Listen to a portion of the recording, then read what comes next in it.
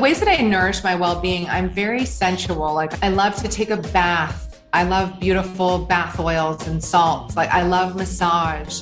And as far as like the sexual aspect, I'm like have this interesting thing where I'm basically a newlywed in my late 40s. So I've been given this amazing new lease on life in that way, which has been incredible. And I'm really grateful for that. You're listening to Sex with Emily. I'm Dr. Emily, and I'm here to help you prioritize your pleasure and liberate the conversation around sex. You know Gwyneth Paltrow, famous actress, CEO of Goop, bestselling cookbook author, and cultural conversation starter. But now Gwyneth's got a new show on Netflix called Sex, Love, and Goop, where she hopes to spark another conversation, how couples can save their sex lives through touch, communication, and giving themselves permission to talk about sex in the first place.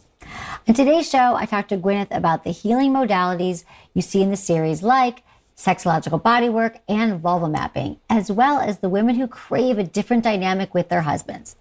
Gwyneth also tells me how she prioritizes her pleasure, why Goop created a beautiful sculpture-like vibrator, why she believes menopause needs to be rebranded, and how nutrition healed her hormones after COVID quarantine. Gwyneth's accomplished a lot in this life, and now she wants to conquer a taboo, making sex more mainstream. And in my show, that's exactly what I like to hear.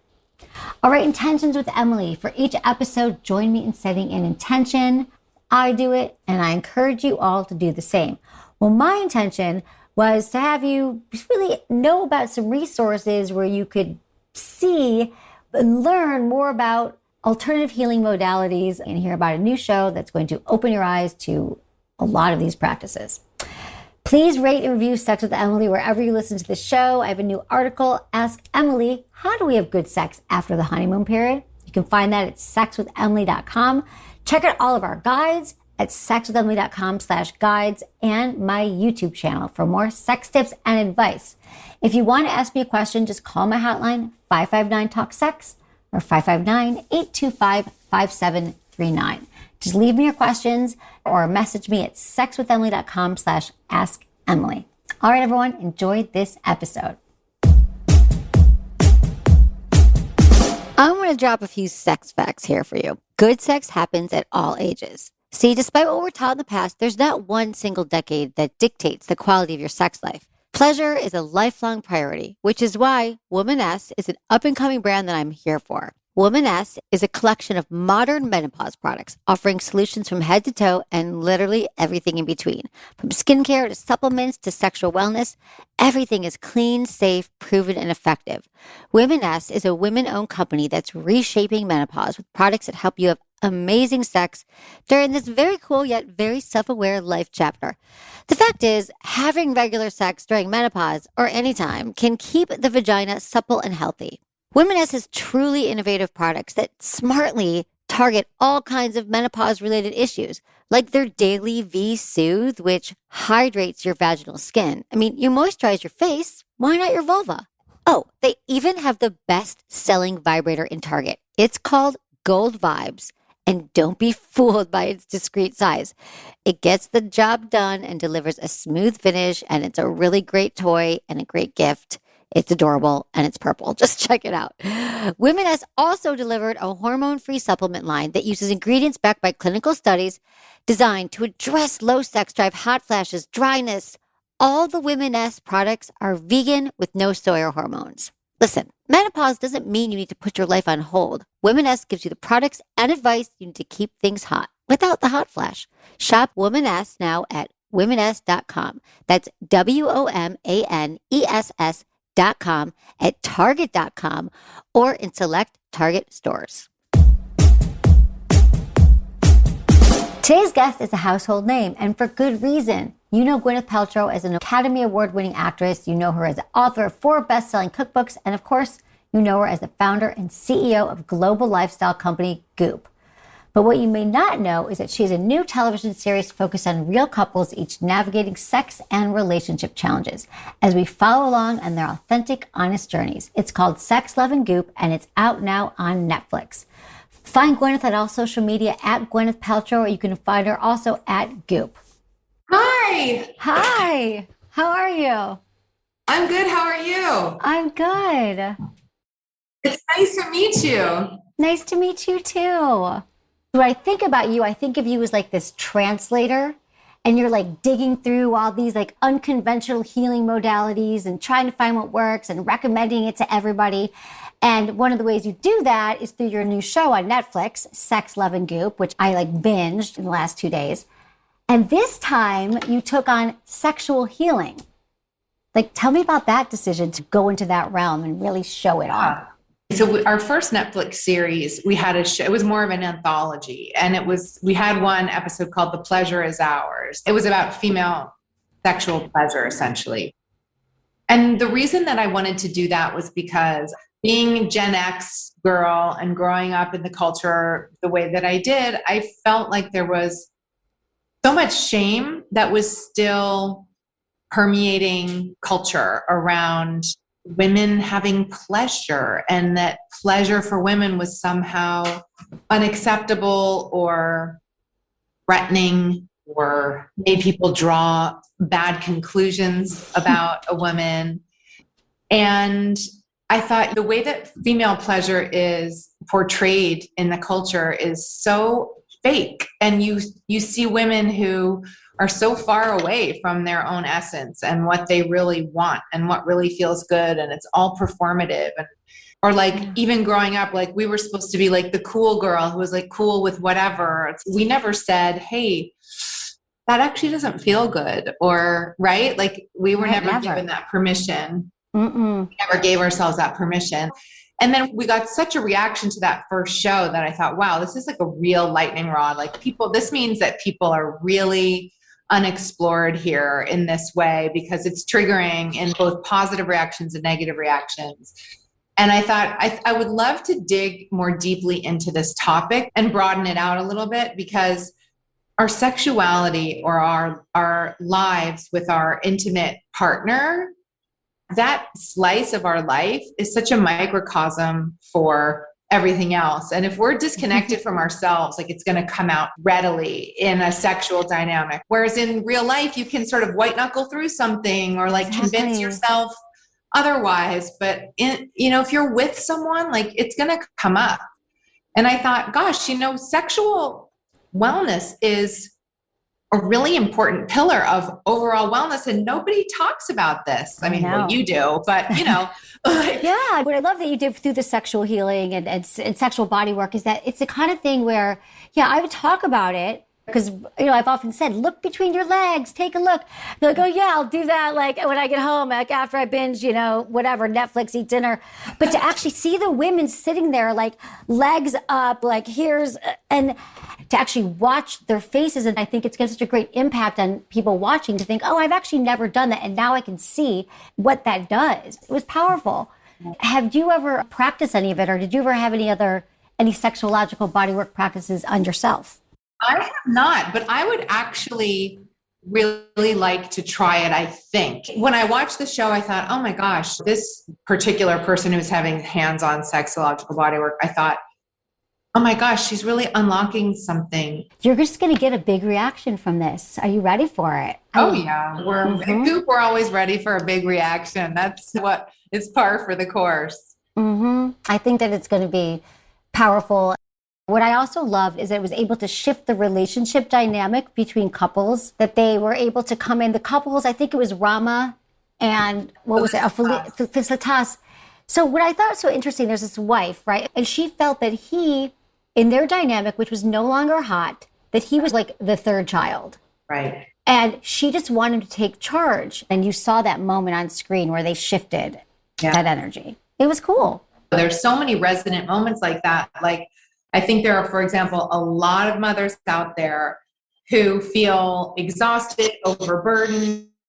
And, like I have a friend who said, we were talking about this show, and she was like, sometimes I feel like sex is just another thing on my to-do list that I have to get done. And so I was like, but we're alive this one time. Like, we really should be, first of all, if that's the case, like you should be honest with yourself and not do it. Or figure out the ways that you can really like get back to that side of yourself if you want to. What are the ways that we as women can get back into that, like the softer kind of mammal side of our bodies, and it's where we're really in touch with who we are and what we want. We're framing sex more as self-care these days. Pleasure should be self-care, but there's so much like guilt around it. And like, I don't deserve it. I shouldn't masturbate. But we do have to prioritize it. So I'm wondering from you, like, how do you just nourish your own well-being? Well, it's funny, like the ways that I nourish my well-being, I'm very sensual. Like I love to take a bath. I love beautiful bath oils and salts. Like I love massage. And as far as like the sexual aspect, I'm like have this interesting thing where I'm basically a newlywed in my late 40s. So I have a very different experience of my sexuality right now because I've been given this amazing new lease on life in that way, which has been incredible. And I'm really grateful for that. Yeah. This morning, I just have to show that this is a beautiful toy that came in the mail for me. Yes. And I love this. It's a warming vibe. Yep. Warming G-spot vibrator. So there was a time where we probably still do. We get 20 pounds of toys sent to my office. When I started out, it was just me testing them all. I'm like, my vagina can't be the arbiter of what is a good vibrator. And then my whole team got to try out toys. What about you? Like, what was the process for going about creating? How do you know what to create? Like, what do you like? How did it happen? We are very close to our customer at Goop and very close to each other as women in an office. And so it was really fascinating to have these series of conversations. And the reason that I wanted to make a vibrator in the first place, and that's our second one, but we have the first one, it's like a double-sided wand that looks like an ice cream cone. I like the idea that we could make a sex toy and really challenge this idea that sex toys are somehow dirty or should be hidden or something to be ashamed about. So we made this like beautiful vibrator. It looks like a little sculpture, like it looks like a pop art ice cream cone, really. And the idea was it's a fantastic vibrator and it has 64 different settings and all this kind of great stuff. But you could leave it on your counter. It wasn't like, sex shop, kind of how you picture like a vibrator. Well, like one of my best friends said, thank you so much for making a vibrator that doesn't look like a penis with veins in it and stuff like that. That's like embarrassing to leave on your counter. Like if your kid walks in or something like that. And so it was really just about breaking a paradigm and trying to, with imagery, introduce this idea into the culture that like, it's not embarrassing to masturbate. It's not embarrassing to have a vibrator.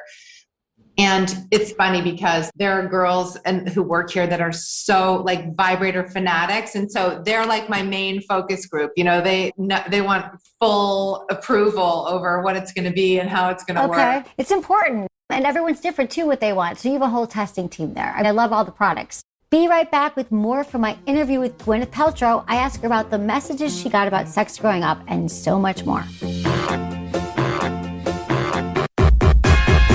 Something that I love talking about in the show is pleasure outside of the bedroom. I mean, don't get me wrong. The bedroom is critical for sex, but pleasure shouldn't be limited to just one room of your home. That's why I'm thrilled to tell you about the WeVibe Bond. Folks, the Bond is the toy for penis owners that I've been waiting for. It's a ring designed to be worn discreetly, even underneath clothes, and was developed to help penis owners feel more connected to their sexuality. Whenever they wanted to be. As a teasing wearable vibe, the Bond fits around the base of the penis and targets the perineum. That sensitive area between the penis and the anus that feels amazing when stimulated. So let me tell you about the technology behind this thing. Say your partner's at work, they've packed their Bond, and you want to send them a flirty message. Just open up WeVibe's WeConnect app and deliver them a vibrating buzz through their Bond from long distance. Its vibrations are ultra silent, so your sexy nudge won't be heard, but it will be felt. You can also try it in the bedroom with the wearer enjoying the Bond and the other partner controlling its vibrations for a little kinky power play. When the wearer behaves, they get rewarded with delicious sensations. Do you get it? I have to say, this toy sounds like so much fun. I can't wait to try it. I bet you want to give it a go too. So nab your Bond before it sells out. Go to sexwithemily.com/WeVibe. That's my site, sexwithemily.com/WeVibe. So what if your kids walked in and saw a vibrator? Like, how are you talking to them about sex now? You know, my generation, I had zero sex ed. Like, I didn't know what masturbation was, an orgasm till I was like 25. Did you have any of that sex ed or? I didn't have not? any sex ed, not Right. at all. So Right. it's very different now. Like my kids had a really, really comprehensive sex ed in sixth grade. There was a fantastic pediatrician mom at our school, and Oh. she gave them like a hardcore sex ed talk, which was awesome. Like she told them everything. And no, I think that it's maybe a universal truth that kids don't want to talk about sex with their moms or their dads.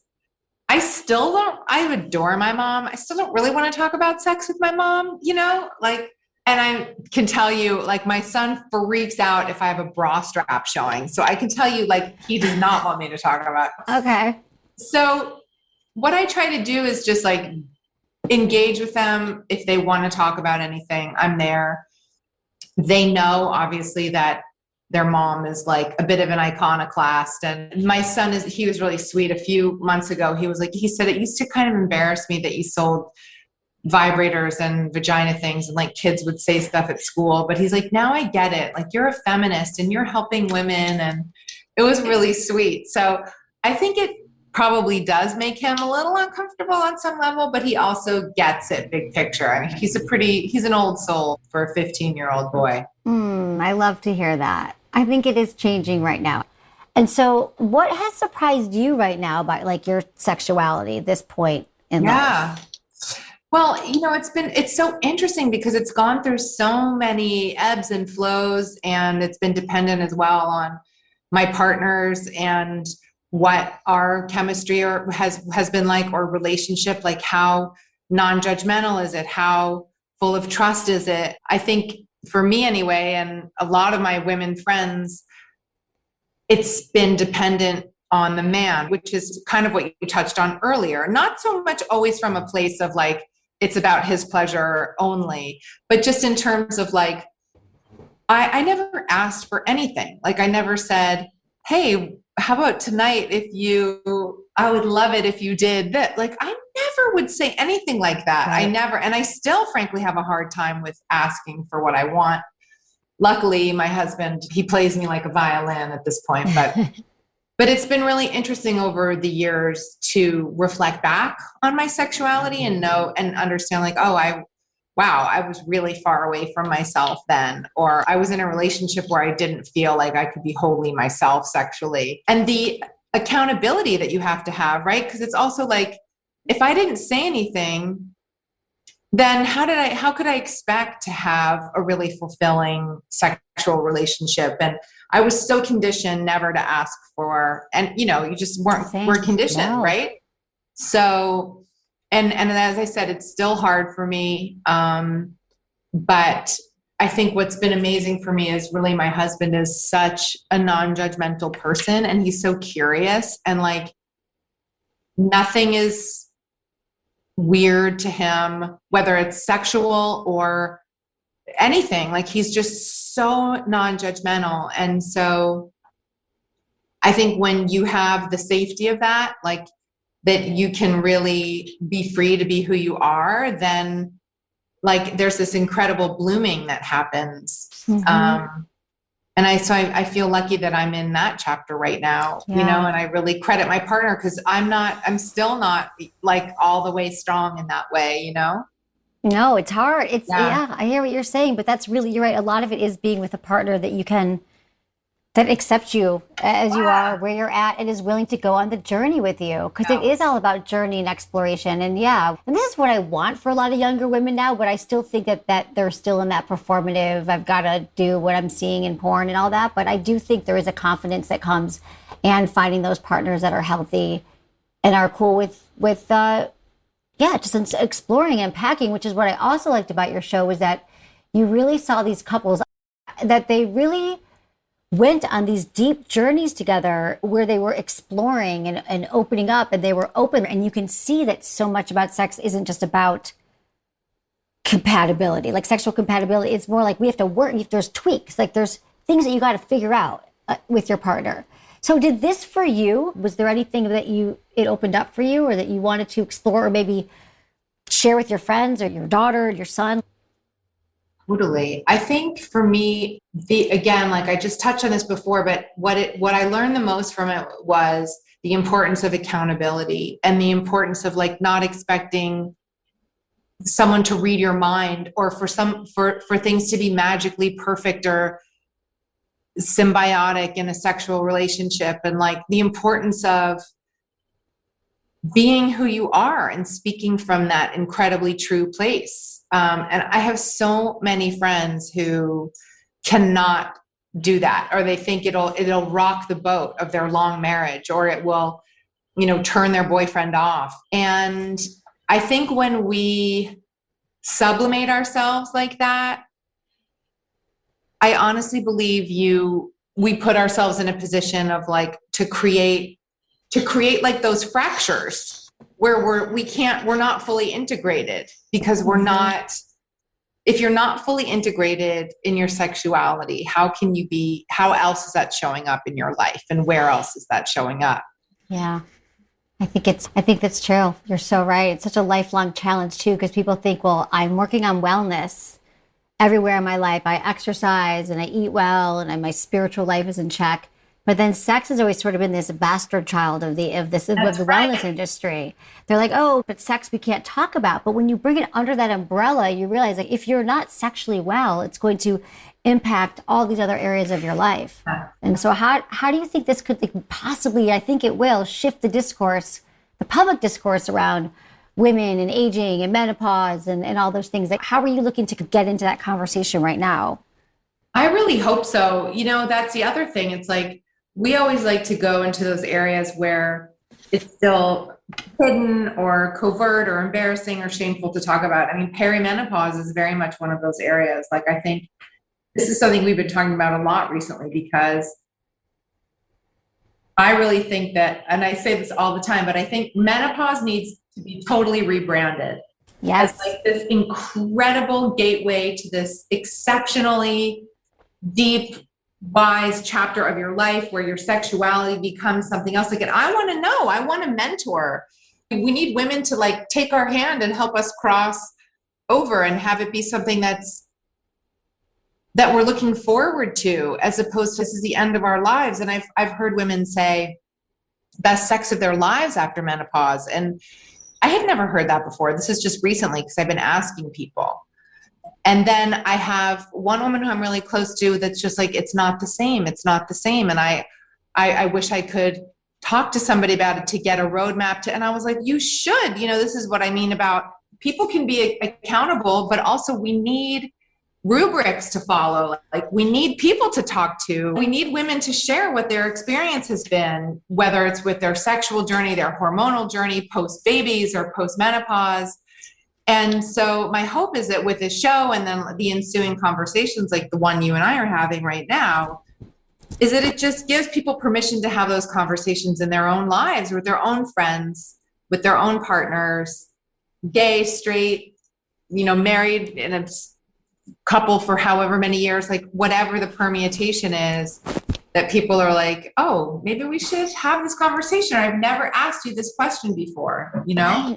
Yeah, no, you're so right. I love what you're saying about we need someone to pull us along, but yet half the population goes through this perimenopause, menopause. It could last 12 years for some.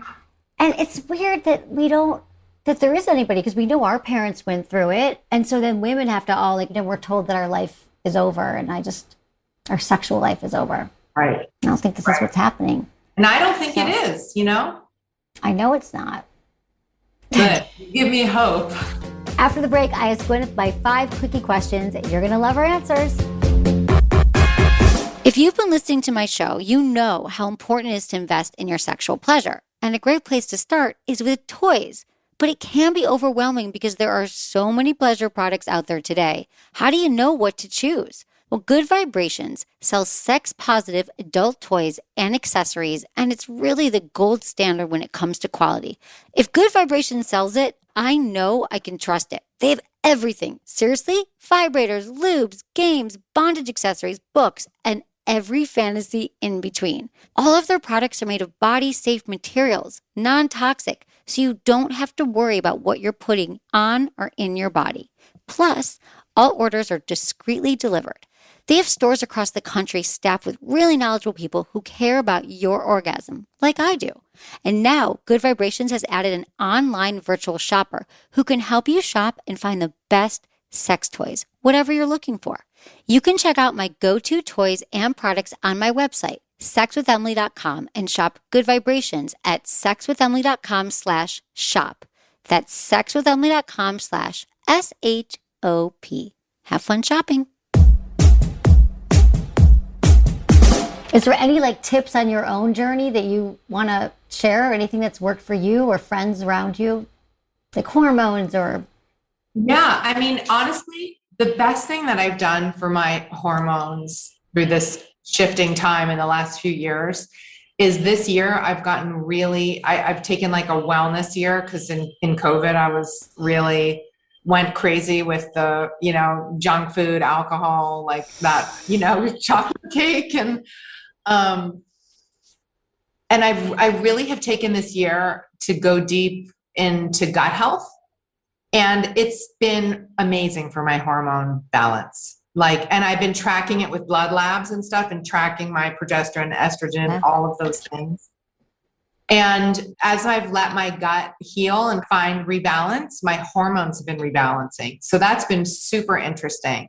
Yeah. This idea that, if you're eating whole foods, clean foods, not a lot of processed foods or none, and this year I've really limited sugar, dairy, or I've totally really limited alcohol, all grains, kind of in an effort to do this gut health experiment. And it's been incredible. My hormones have they've really evened out. It's wild. I mean, I just had labs.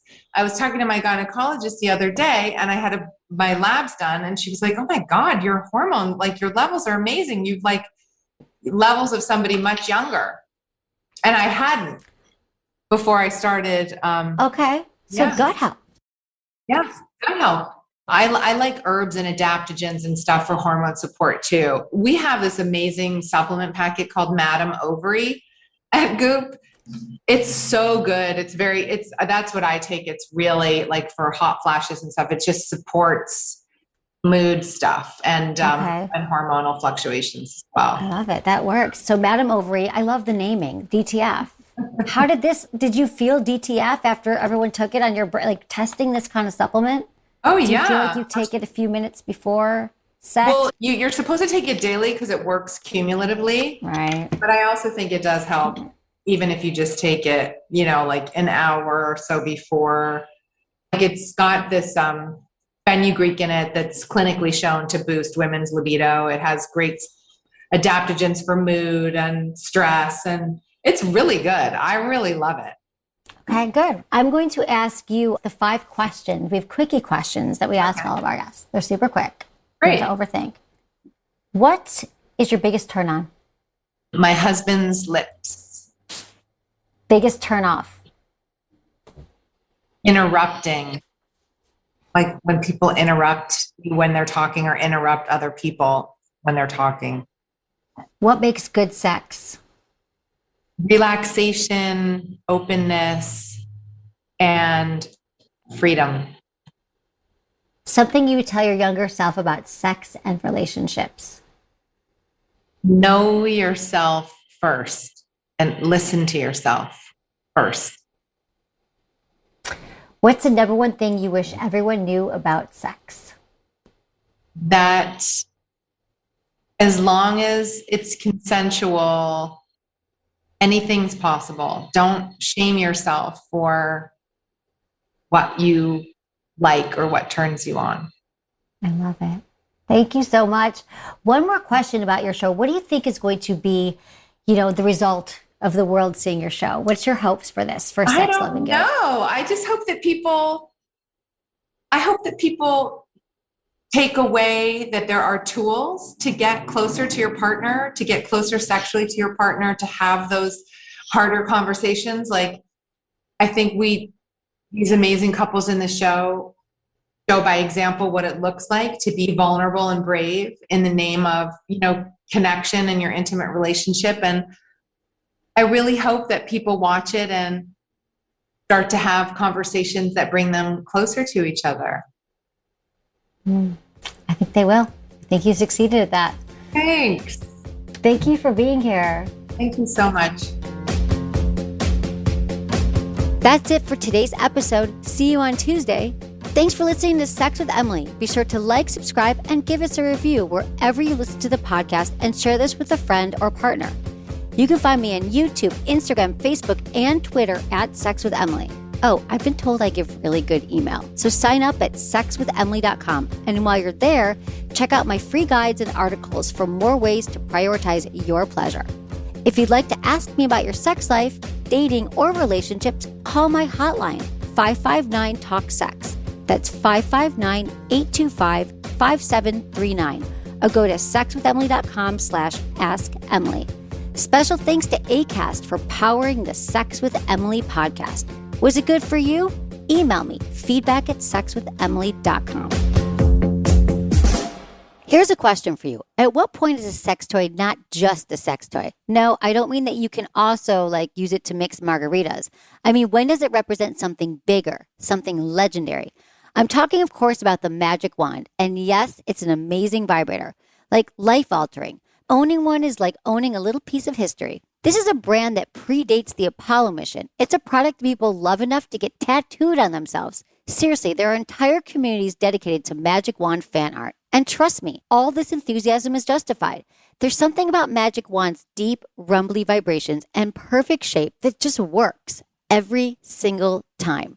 Whether you choose the iconic Magic Wand Original, the Magic Wand Rechargeable, or the Magic Wand Plus that has multiple speeds and plug-in power, you'll immediately join a family of millions.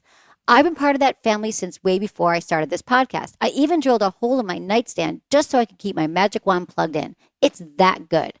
Even if you don't want to modify your furniture or get it tattooed, I really hope you'll try a Magic Wand today. Go to sexwithemily.com/magicwand. That's sexwithemily.com/magicwand.